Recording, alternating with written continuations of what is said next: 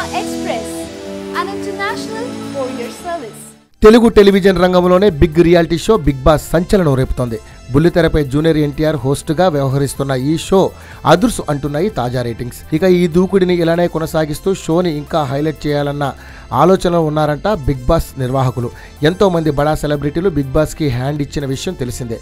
Show మొదలవక ముందే big boss నుంచి భయపడో, show అర్థం అవ్వకనో హిందీ షోల వివాదాలు వస్తాయనే పలు కారణాల వల్ల రాలేకపోయిన సెలబ్రిటీలు ఇప్పుడు ఎన్టీఆర్ షోకి వస్తాం అంటూ నిర్వాహకులకి సందేశాలు పంపుతున్నట్టు సమాచారం. ఇక గత కొన్ని రోజులుగా డ్రగ్స్ వివాదం టాలీవుడ్ని షేక్ చేసి పడేసిన విషయం తెలిసిందే. ఈ డ్రగ్స్ వ్యవహారంతో ఎవరికి ఏం నష్టం జరిగిందో కానీ చార్మీకి మాత్రం విపరీతమైన క్రేజ్ని తెచ్చిపెట్టిందంటున్నారు సినీ వర్గాలు.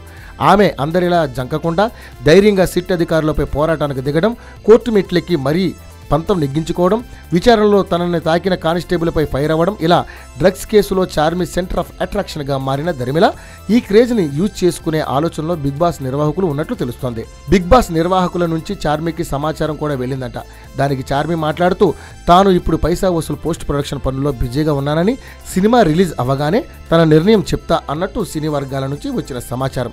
ఏది ఏమైనా ఇంతకుముందు చార్మి అంటే కేవలం హీరోయిన్. డ్రగ్స్ కేసు తర్వాత చార్మి దాదాగా పేరు సంపాదించుకున్న చార్మి బిగ్ బాస్ షోలోకి ఎంట్రీ ఇస్తే బిగ్ బాస్ హౌస్లో చార్మి దాదాగిరికి పార్టిసిపెంట్స్ తట్టుకోగలరా?